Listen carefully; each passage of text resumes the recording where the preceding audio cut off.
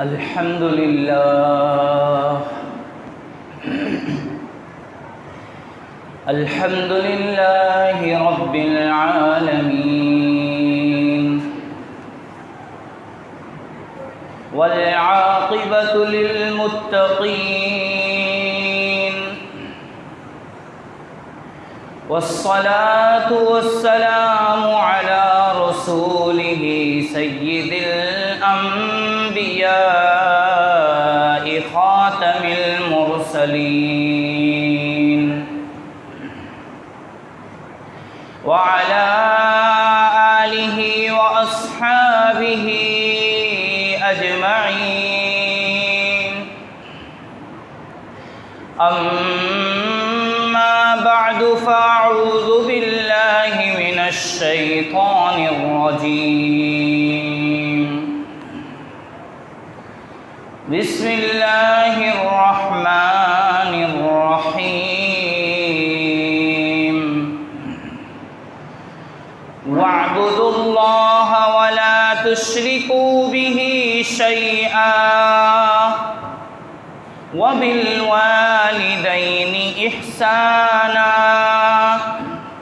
وبذي القربى واليتامى والمساكين والجار ذي القربى والجار الجنب والصاحب بالجنب وابن السبيل وما ملكت أيمانكم إن الله لا يحب من كان مختالا فخورا وكان النبي صلى الله عليه وسلم يقول في مرضه الصلاة الصلاة وما ملكت أيمانكم أو كما قال عليه الصلاة والسلام صدق الله مولانا العظيم وصدق رسوله النبي الكريم ونحن على ذلك لمن الشاهدين والشاكرين والحمد لله رب العالمين۔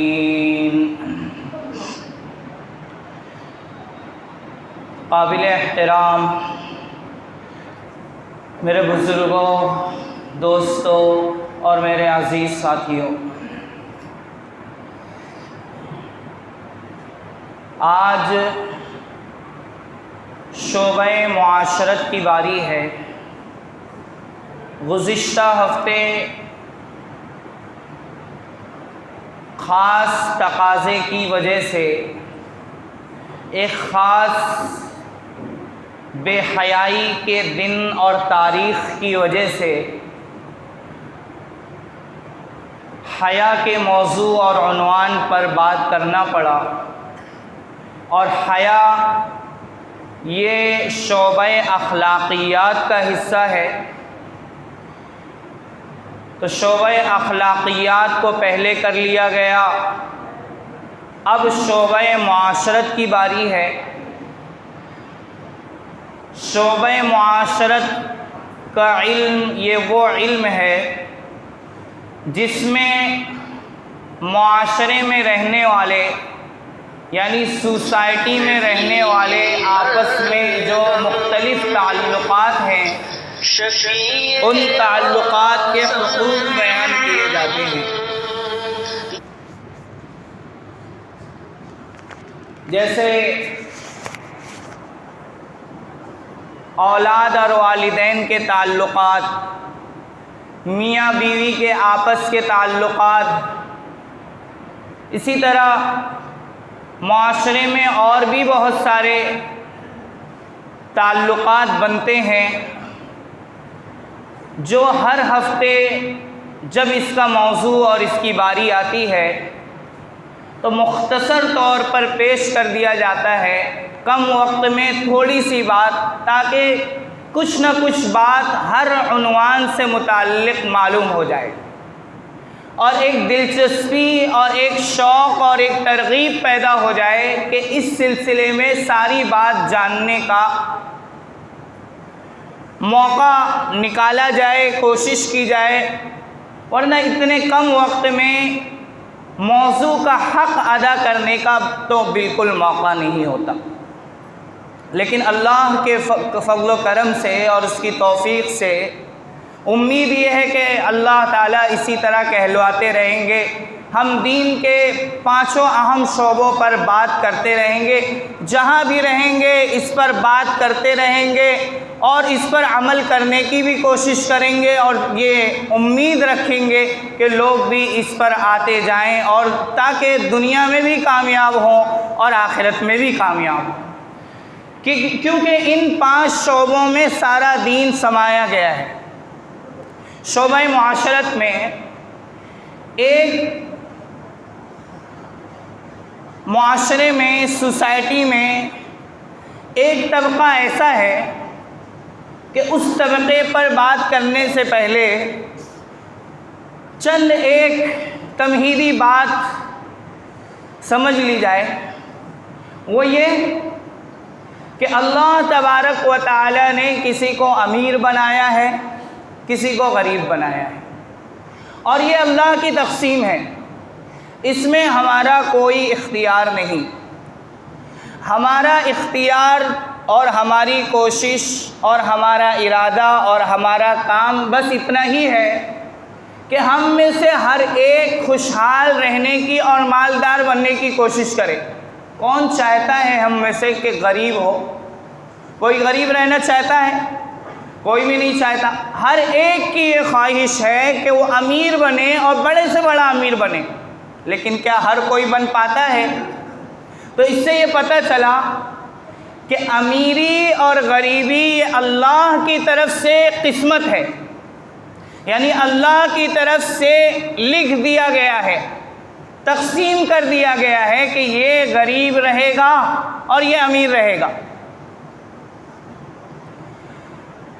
تو امیری اور غریبی یہ اللہ کی طرف سے طے شدہ ہے، لکھ دیا گیا ہے۔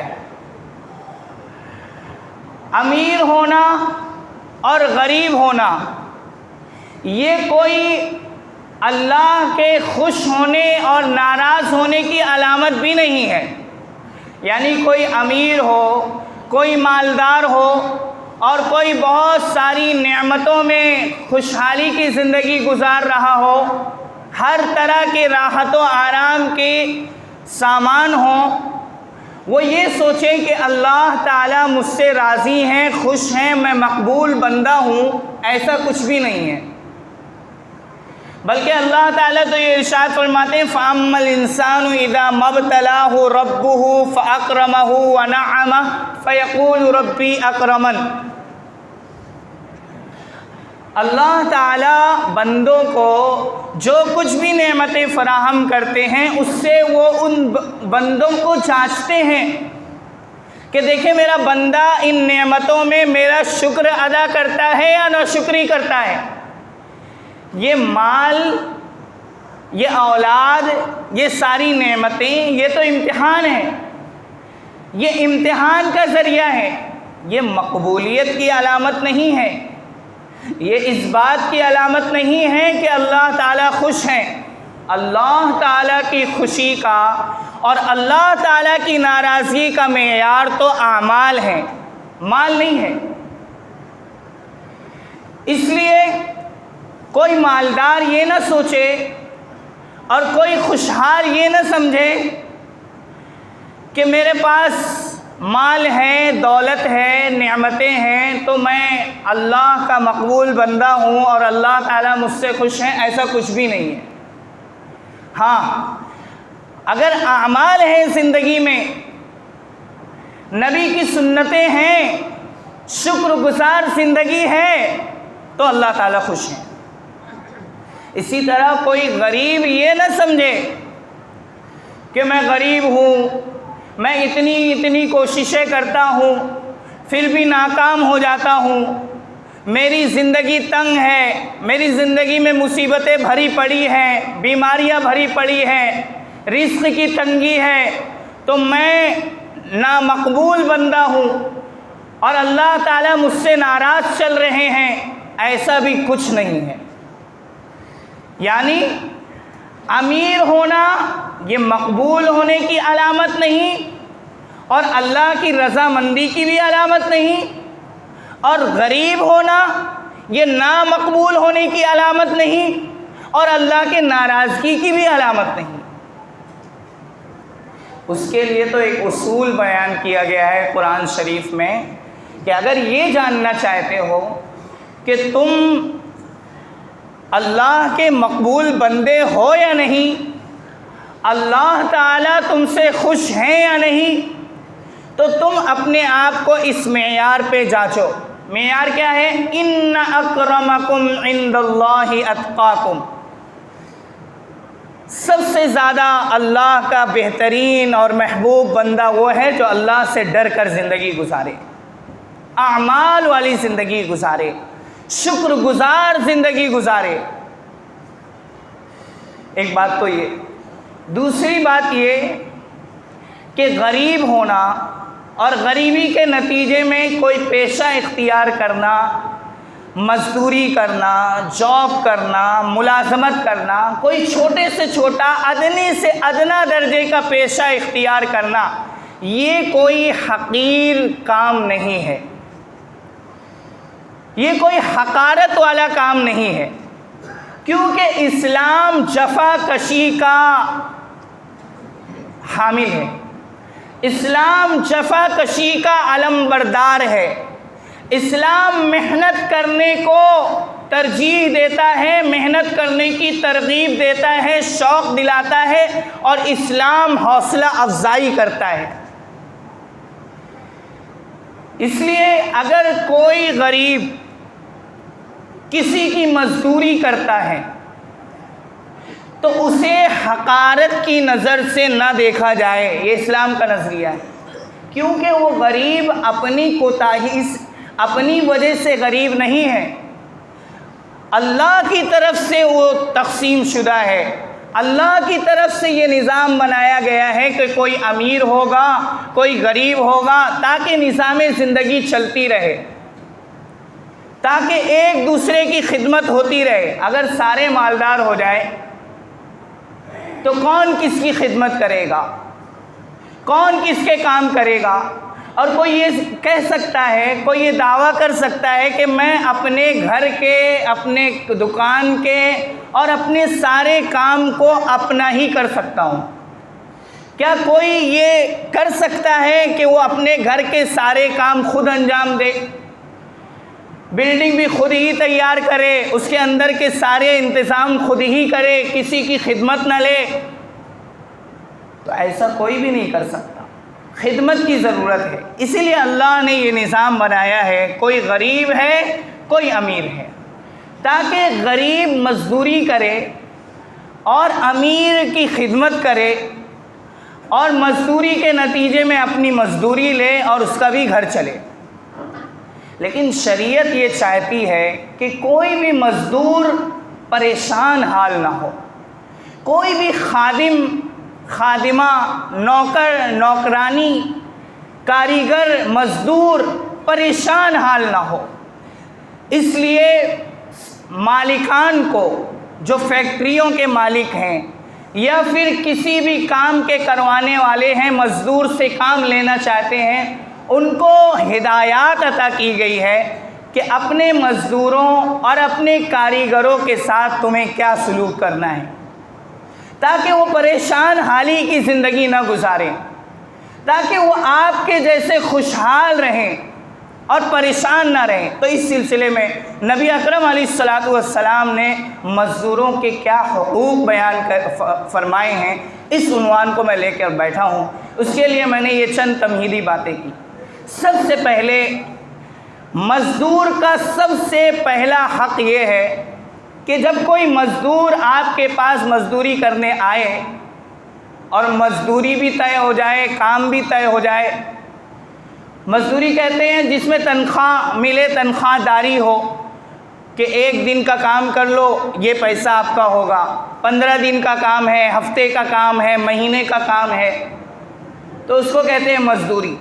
کوئی خدمت ہے آپ کے گھر کی، آپ کے دکان کی، جسے جاب اور ملازمت بھی کہتے ہیں، تو اگر طے ہو گیا، اس کے بعد سب سے پہلا حق یہ کہ وہ آپ کے پاس اب آ گیا تو اب اسے اپنا بھائی سمجھو۔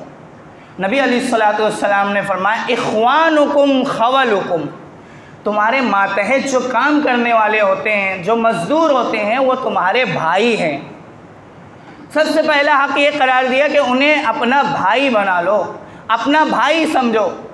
جب تم کسی کے ہاں کام کرتے ہو تو تم یہ چاہتے ہو کہ تمہارے ساتھ وہ بھائی چارے کا معاملہ کرے، اچھا معاملہ کرے، اپنائیت والا معاملہ کرے، تو تمہارے پاس بھی جب کوئی مزدوری کرے تو تم اسے اپنا بھائی سمجھو، گھر کا ایک فرد سمجھ لو۔ اور فمن کان اخوانکم تحت ایدیکم، جو تمہارے ماتحت ہو جب اسے تم اپنا بھائی سمجھ لو تو جیسے تم کھاتے ہو، جو تم کھاتے ہو وہی ان کو بھی کھلاؤ۔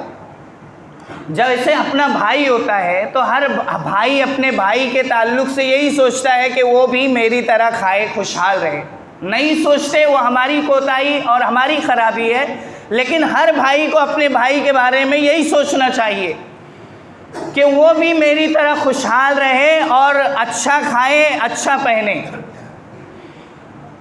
ایسے ہی مزدور کو بھی اپنے گھر کا ایک فرد سمجھتے ہوئے، اپنا بھائی سمجھتے ہوئے، جو خود کھائے اس کو بھی ویسا ہی کھلائے، یعنی اتنی تنخواہ دے کہ وہ خود بھی ویسا کھا سکے جیسا خود کھاتا ہے، خود بھی ویسا پہن سکے جیسا کہ مالک پہنتا ہے، اور کام اتنا دے جتنا وہ کر سکے۔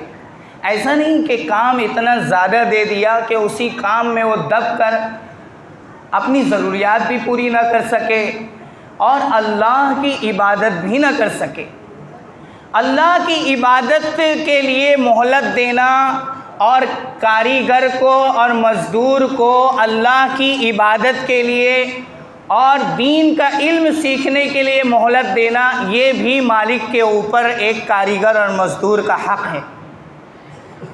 یہ دوسرا حق ہے کہ ہر مالک اور ہر سیٹ اپنے کاریگر اور مزدور کے دین کی بھی فکر کرے، یہ بھی ایک حق ہے، کیونکہ اگر وہ اس کے دین کی فکر نہیں کرے گا اور اس کی نماز کی فکر نہیں کرے گا، اس کی تعلیم و تربیت کی فکر نہیں کرے گا، تو ہر ماتحت کے بارے میں کل قیامت کے دن پوچھا جائے گا۔ الناس کلکم راع، تم میں سے ہر شخص نگراں ہے اپنے نیچے والوں کا، اپنے ماتحت لوگوں کا۔ وَكُلُّكُمْ مَسْئُولٌ عَنْ رَعِيَّتِهِ، اور تم میں سے ہر ایک شخص سے اپنے نیچے والوں کے بارے میں پوچھا جائے گا کہ تم نے ان کے دین کی فکر کی یا نہیں کی، ان کو نماز کی طرف متوجہ کیا کیوں نہیں کیا، ان کی دینی تعلیم و تربیت کے لیے مہلت دی کہ نہیں دی۔ تو مزدور کو سب سے پہلے تو اپنا بھائی سمجھنا ہے، جو کھائیں وہ کھلائیں، جو پہنیں وہ پہنائیں، اور ان کے دینی تعلیم و تربیت کی فکر کریں۔ اور تنخواہ کب دیں؟ نبی علیہ الصلوۃ والسلام نے فرمایا اعطوا الاجیر قبل ان یجف عرقہ۔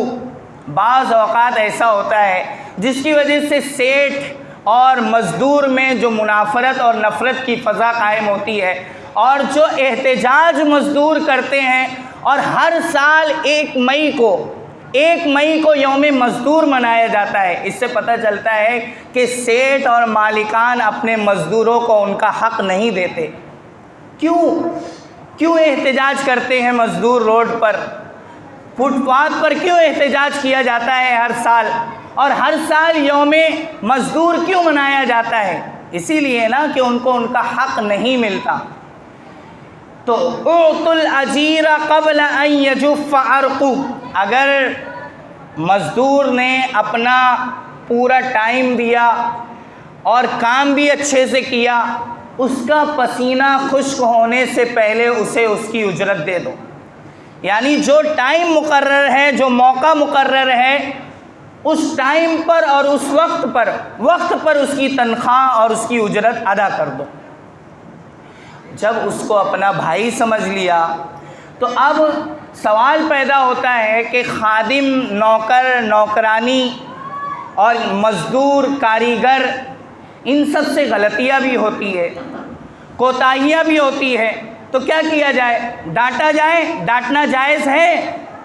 تو نبی علیہ الصلوۃ والسلام کے سامنے ایک صحابی حضرت عبداللہ ابن مسعود اپنے ایک خادم کو ڈانٹ رہے تھے، تو اللہ کے نبی علیہ الصلوۃ والسلام نے ان کو سمجھایا کہ جس طرح تم اپنے اس ماتحت پر قادر ہو کہ اس پر غصہ کرو، ڈانٹ ڈپٹ کرو، مارو، اللہ تعالیٰ تم پر اس سے بھی زیادہ قادر ہے، یعنی تمہیں سخت سے سخت عذاب دے سکتا ہے۔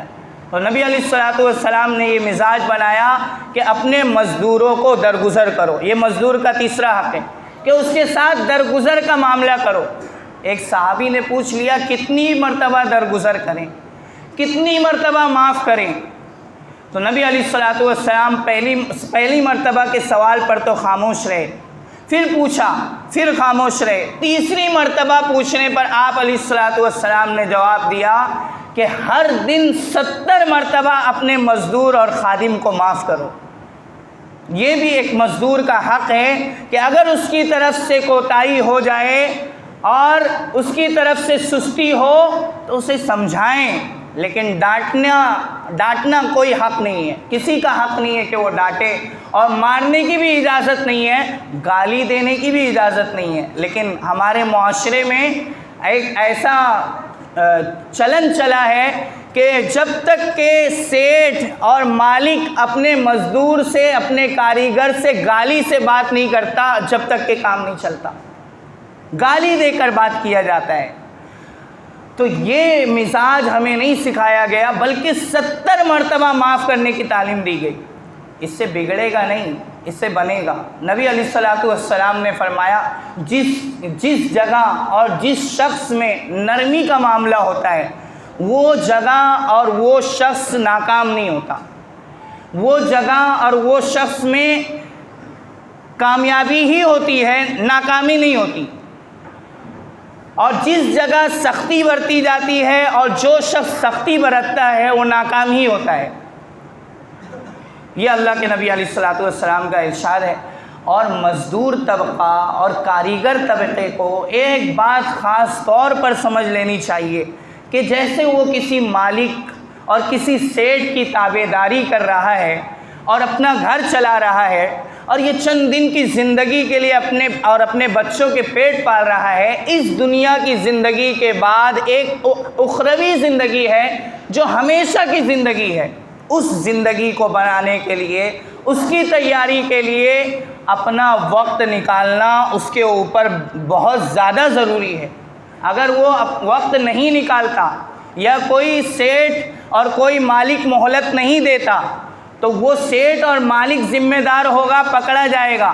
لیکن آپ اپنے اللہ کے لیے، اپنے خالق کے لیے اگر وقت نکالیں گے، 5 وقتہ عبادت کریں گے تو آپ کو ہر کام کا اور ہر نیکی کا ڈبل ثواب ملے گا۔ آپ ایک نماز پڑھیں گے، آپ کو 2 نماز کا ثواب ملے گا۔ ہم ایک نماز پڑھیں گے، ہمیں 1 نماز کا ثواب ملے گا۔ لیکن کاریگر اور مزدور طبقہ کوئی بھی نیکی کا کام کرتا ہے تو نبی اکرم علیہ الصلوۃ والسلام کی طرف سے مزدور طبقے کو اور کاریگر طبقے کو یہ خوشخبری ہے کہ وہ کوئی بھی نیک کام کرے اسے اس کا ڈبل ثواب ملتا ہے۔ تو اس لیے لیکن مصیبت اور بدقسمتی اور افسوس کی بات یہ ہے کہ سب سے زیادہ کاریگر اور مزدور طبقہ بے نمازی اور بے دین چل رہا ہے۔ دین کی طرف کوئی توجہ نہیں اور نماز کی طرف کوئی توجہ نہیں۔ جتنا زیادہ مزدور طبقہ بے نمازی ہے اور صرف جمعہ کی نماز پڑھتا ہے، شاید اور کوئی طبقہ نہیں ہے۔ صرف جمعہ کے دن مزدور طبقہ اور کاریگر طبقہ مسجد میں نظر آتا ہے، باقی ٹائم وہ صرف اپنے سیٹ اور مالک کی تابع داری میں لگا رہتا ہے اور اپنے خالق کو بھول جاتا ہے۔ اللہ تبارک و تعالی ہم سب کو ایسی غفلت سے چھٹکارا نصیب فرمائے، اپنے خالق کو یاد رکھ کر اور اپنے خالق کی تابعداری میں زندگی گزارنے کی توفیق عطا فرمائے، اور ہم سب کو اللہ تعالیٰ اپنے مزدوروں کے ساتھ بہترین سلوک کرنے کی توفیق نصیب فرمائے۔ وآخر دعوانا الحمدللہ رب العالمین۔